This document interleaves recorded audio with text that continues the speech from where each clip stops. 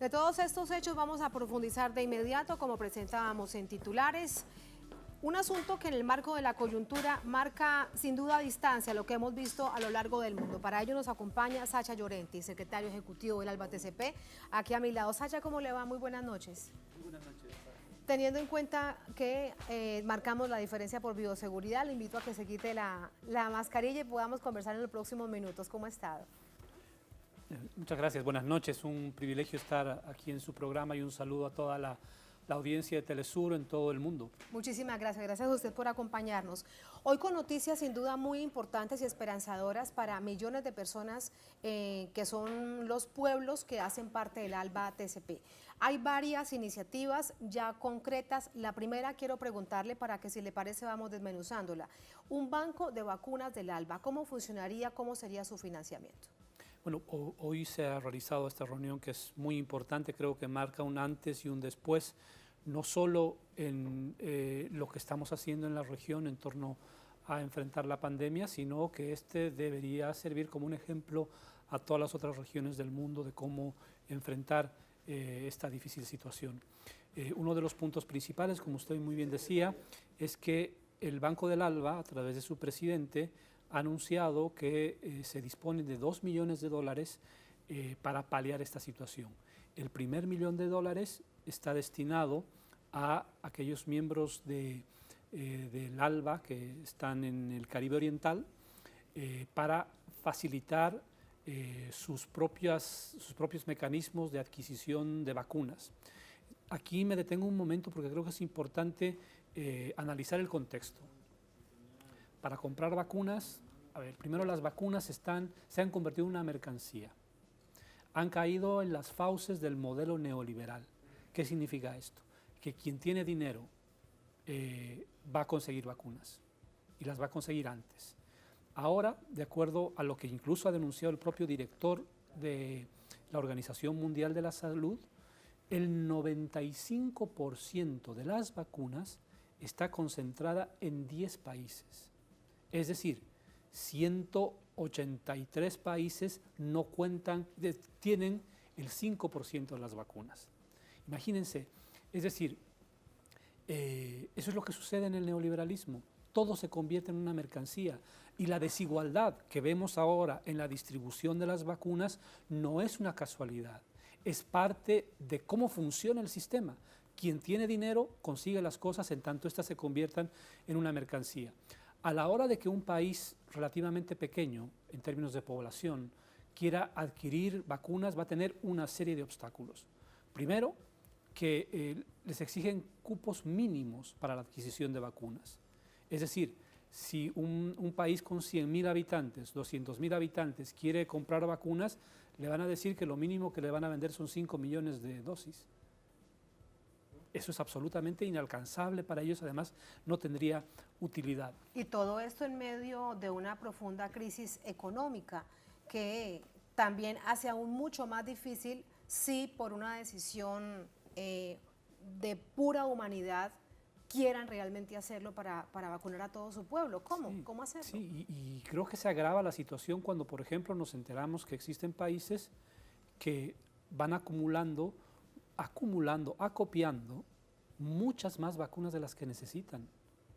Por ejemplo, hay un país al norte de nuestro propio continente que ha ido adquiriendo y firmando contratos para tener 9 veces la cantidad de habitantes que tiene en vacunas.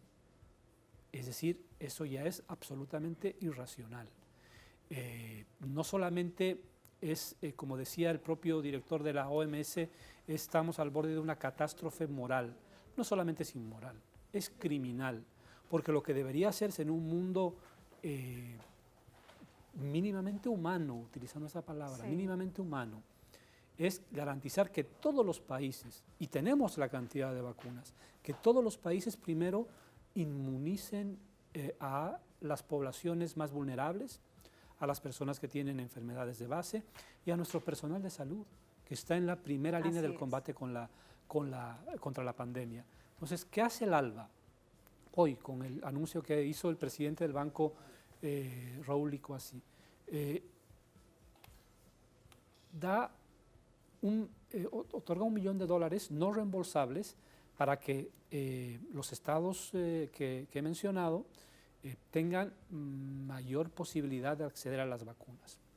La segunda cosa, el otro $1 millón. Permítame, me detengo Sí. unos minutos con la primera parte. Sí. Pero de estas naciones, usted me hablaba del Caribe Oriental, que tienen serias dificultades Sí. económicas, que además han padecido en los últimos años problemas producto del cambio climático. ¿Ellos decidirán a quién se le comprarán las vacunas? Sí, esa es una parte, porque existen varios mecanismos que están en marcha. Digamos, Sí. por ejemplo, CARICOM, la Comunidad del Caribe, está intentando llevar adelante gestiones, pero al mismo tiempo una de las decisiones que hemos tomado hoy es que el ALBA como conjunto, como bloque, va a hacer gestiones para todos los países. Pero más allá de eso, incluso el denominado banco de vacunas no es que sea un edificio con una bóveda en el que vayamos a meter las vacunas. No, el banco de vacunas implica la posibilidad de que entre nuestros países se prioricen algunos temas como, por ejemplo, decía, el personal médico y las personas con enfermedades de base. Es decir, si algún país miembro de la alianza puede transferir temporalmente un número de vacunas que no puede utilizar por cuestiones logísticas o porque ya ha inmunizado a parte de su población vulnerable. El tema del almacenamiento, además. Sí, además. Entonces, así como estamos haciendo esto en las vacunas, lo estamos haciendo en los medicamentos y en los tratamientos. Eso resulta muy importante. Y en términos también de lo que se hablaba hoy en esta jornada, en esta reunión del ALBA, sobre la producción de las vacunas con toda la experiencia que hay en Cuba y trasladada a Venezuela. ¿Cómo será esta iniciativa? ¿Qué pasos se darán? Tal vez antes de eso pasar a la otra parte del fondo del Banco del ALBA. El tema de la producción es un tema mucho más complejo, ¿sí? Es un tema en el que por supuesto se está trabajando. Venezuela hoy ha anunciado que pone a disposición del ALBA su infraestructura para estos efectos, pero ese es un tema en el que hay que esperar un poco para garantizar que las vacunas puedan ser producidas. Sí. No es un tema que con una decisión se pueda resolver. No, me adelanté un poco, me devuelvo con el tema del banco de medicamentos, que resulta también fundamental Así para es. nuestros pueblos, teniendo en cuenta que estamos en 2021, empezamos el año con la pandemia y por lo que dicen todos los expertos en epidemiología, pues así vamos a pasar la mayor parte de este 2021. Bueno, yo creo que el tema de la pandemia, las vacunas, los medicamentos y los tratamientos y los efectos de la economía en la economía de la pandemia van a trascender estos meses y van a llegar incluso hasta el próximo año. Entonces, lo que estamos haciendo en el ALBA es prepararnos para esa situación, estar listos y entrelazar nuestros mecanismos de coordinación para afrontar de mejor manera esta situación. Aquí un pie de página que es muy importante. Si uno hace un análisis de cómo se está manejando la pandemia en nuestra región y en el mundo, ¿sí? Aquí tenemos en el ALBA y en nuestra región ejemplos muy importantes de métodos exitosos de administración de la pandemia. Cuba es un enorme ejemplo de cómo se está administrando la pandemia, si lo comparamos con muchos países de la misma región. Sin duda. Lo mismo Nicaragua y también Venezuela. Y Venezuela. Estos tres países tienen muchísimo que aportar al resto del mundo. Sí, pero ¿sabe qué ha pasado, Sacha, con respecto, por ejemplo, y en particular con Venezuela? Es que su modelo exitoso, lamentablemente han fallecido personas, pero de ninguna manera las 400.000 a las que ha llegado hoy, que es un asunto totalmente lamentable, Estados Unidos, o más de 230.000 en Brasil, 38.000 en Colombia, 40.000 en Perú, y eso que el registro de Perú se calcula que es mucho más porque hay un subregistro, es decir, a pesar de todo esto, el modelo de Venezuela está invisibilizado. Sí, bueno, porque existen razones ideológicas, es parte de ese bloqueo que no solamente es económico, que no solamente es financiero, que no solamente comercial, sino se intenta un bloqueo. Miren, esa es lamentablemente la poca estatura moral de quienes imponen este tipo de medidas ilegales, que también trasciende a este tipo de situaciones. Quieren oscurecer el ejemplo de países como Venezuela, Nicaragua y Cuba en este tema. El ALBA pretende romper ese cerco porque lo que nos guía es la solidaridad, lo que nos guía es intentar darle alternativas a la gente. Y sobre todo Cuba y Venezuela han dado un ejemplo maravilloso. Ayer yo veía el mapa del mundo con los lugares en los que hay médicos y trabajadores de la salud cubanos, en América Latina, en África, en Asia, en Europa. Usted lo subía a su Twitter. Sí. Es decir, es un ejemplo de lo que significa la hermandad y la solidaridad. Lo mismo Venezuela. Hace pocas horas hemos conocido todos y nos hemos enternecido con la noticia de que el presidente Nicolás Maduro instruyó que 130.000 litros de oxígeno y una brigada de médicos venezolanos vayan a Manaus. Es decir, así debería funcionar el mundo. Pero lo que hemos visto, no solamente con las vacunas ahora, sino recordemos lo que pasó en febrero del año pasado, en marzo, cuando se asaltaba como piratas los equipos de bioseguridad, los tapabocas, los respiradores que estaban ahí disponibles. La rapiña que se hizo en Europa con el tema de los ventiladores, bien lo recuerdo. Sí. Es decir, por ejemplo, se ha denunciado que Estados Unidos robó, porque no encuentro otra palabra, equipos de bioseguridad que estaban destinados a Barbados, ¿sí? Es decir, a ese nivel, esa es la diferencia que hay entre los países que son parte del ALBA y otros en otros lugares del mundo que pretendemos construir una sociedad más justa y más humana. Y lo que está pasando en la pandemia hay que leerlo también en clave de desmontar el discurso neoliberal, desmontar el discurso que pretende achicar el Estado, destruir a las instituciones del Estado, y también desmontar el discurso de quienes pretenden acabar con el multilateralismo. Porque sí, el multilateralismo está en una crisis, pero más que en una crisis está bajo ataque. Y ataque de quienes, fundamentalmente durante el gobierno de Trump, han tratado de desmontar todo. Han debilitado a la Organización Mundial de la Salud, se han separado del Consejo de Derechos Humanos, violando resoluciones de la Carta del Consejo de Seguridad, han impuesto el reconocimiento de Jerusalén como capital de Israel, una serie de ejemplos. Es decir, hay una política de destrucción del sistema multilateral. Y el sistema multilateral sirve justamente para encarar este tipo de amenazas globales con un sistema multilateral fuerte, con un respeto al derecho internacional, con seguridad. Tal vez enfrentaríamos mejor. Tal vez, de hecho, estaríamos en un mejor momento, Sí, tal sí. vez si no se hubiese generado toda esta situación. Pero bien lo dice usted, Sacha, se ha develado el modelo neoliberal en la profunda crisis de la salud cuando los pacientes no somos pacientes, sino que somos una mercancía, somos un cliente, porque así es como se nos han identificado en todos estos países. Pero aquí permítame plantearle algo a propósito de eso que usted nos está contando. Usted fue embajador de Bolivia ante Naciones Unidas varios años, es decir, conoció desde las entrañas cómo debería funcionar el multilateralismo. ¿Qué ha pasado en este momento con Naciones Unidas, que debería también tomar riendas y cartas en el asunto? Y vemos que no lo ha hecho. Sí, bueno, es que Naciones Unidas es la suma de las voluntades, de los esfuerzos de los países miembros de las Naciones Unidas. Y hemos visto cómo ha habido una sistemática agresión al sistema multilateral en todo sentido. Le han quitado recursos económicos hasta de donde han podido. El compromiso que se pregona del multilateralismo no se ha visto materializado. Además, muchos de los países que hablan acerca del multilateralismo violan el derecho internacional. Hay un doble rasero, hay una, reitero, un sistemático intento de neutralizar el sistema multilateral.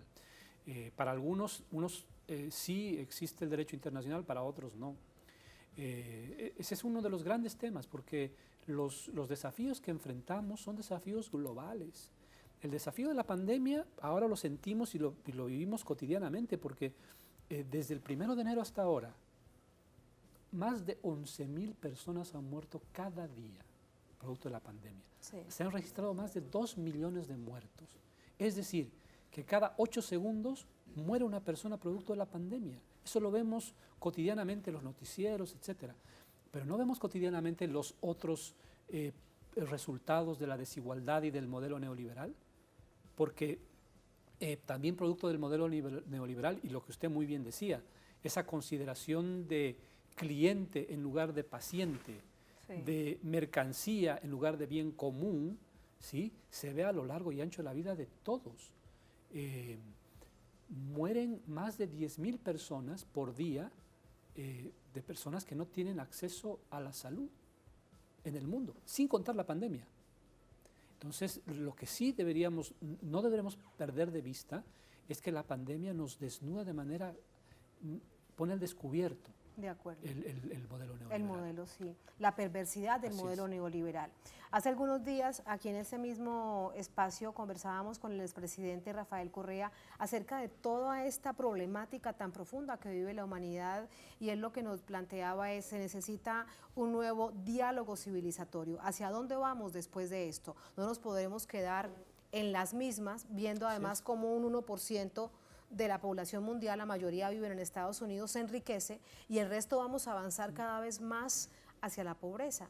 Ese es un tema central, porque si es que no nos damos cuenta que las grandes amenazas no son estrictamente locales, las grandes amenazas son globales.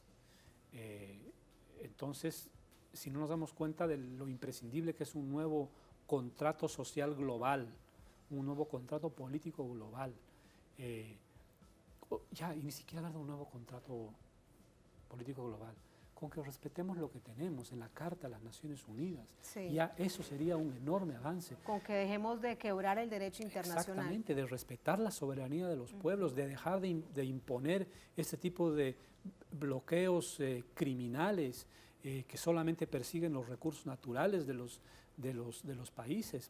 Porque tenemos, además de la pandemia, tenemos el cambio climático como una amenaza global, que el cambio climático es una crisis global, climática. Luego a la desigualdad, como decíamos, que es transversal a muchos otros temas. Sí. También la amenaza nuclear no ha dejado, nosotros no hablamos de eso todos los días, pero la amenaza nuclear sigue latente. La disrupción tecnológica, es decir, poco a poco se va conformando un gobierno que no le responde a nadie, que no es elegido por nadie y que toma decisiones por todos, que está representando, por ejemplo, en algunas de las redes sociales, en quienes manejan la información, en Que deciden a quién censurar y a quién no. Eso es muy altamente peligroso, porque el objetivo nuestro es intentar democratizar todos los espacios, democratizar todo lo que sea posible, ¿sí? Ahí hablamos de democratizar no solamente la política, democratizar las finanzas, democratizar la banca, democratizar el Fondo Monetario Internacional, el Banco Mundial, democratizar el acceso a estas redes que son globales. Es decir, esa es la gran diferencia, mientras unos pretenden acumular en manos de pocos, como las vacunas, ¿sí?, nosotros queremos que se conviertan en un bien común y que lleguen a los que más necesitan. En este momento eso resulta fundamental. A punto de despedirlo, Sacha, volvemos al punto inicial de nuestra conversación interesante y profunda, sin duda. Muchísimas gracias por ello. Con este primer paso que viene ahora como gran desafío, que es el Banco de las Vacunas, ¿qué viene para sentir que esto se materializa? Bueno, ya el gran anuncio hecho por el presidente del Banco del ALBA ha dado luz verde a ese primer $1.000.000. Entendemos que en las próximas horas ya se van a habilitar esos recursos. Nosotros vamos a continuar los procesos de coordinación para la segunda parte, que es este banco de vacunas. Otro punto que usted mencionaba, que es muy importante porque es una serie de acciones conjuntas, está en la constitución de un puente aéreo Sí. a través de Conviasa. Muy Es importante. muy, muy importante. Muy importante, porque uno de los grandes problemas del Caribe es la conectividad aérea. Exactamente. Si se necesitan respiradores, lo decía muy claramente hoy el canciller Arreaza, si se necesitan respiradores, si se necesitan medicamentos de urgencia, está a disposición eso para paliar esa situación. Es decir, se está poniendo en práctica el discurso y ese es uno de los grandes logros permanentes del ALBA TCP. Yo quiero aquí en este tema específicamente agradecer y saludar el liderazgo del presidente Nicolás Maduro, que insistió después de la cumbre del año pasado a que esta reunión y estos mecanismos se materializaran, y esa visión permite que ahora existan esos recursos disponibles, esos escenarios de coordinación que con seguridad paliarán una difícil situación. Por último, ¿qué tipo de vacuna? ¿Será la Sputnik V? ¿Será la vacuna china? Hay 4 candidatos vacunales en Cuba, uno de ellos muy avanzado, lo veíamos precisamente hoy en la pantalla de Telesur. Una de las cosas que decía el ministro de Salud de Venezuela hoy, que es muy importante, es que, y hay que reconocerlo, existe una diversidad dentro del ALBA en sus propios instrumentos e instituciones para la aprobación de medicamentos o vacunas. Hay que reconocer esa diversidad.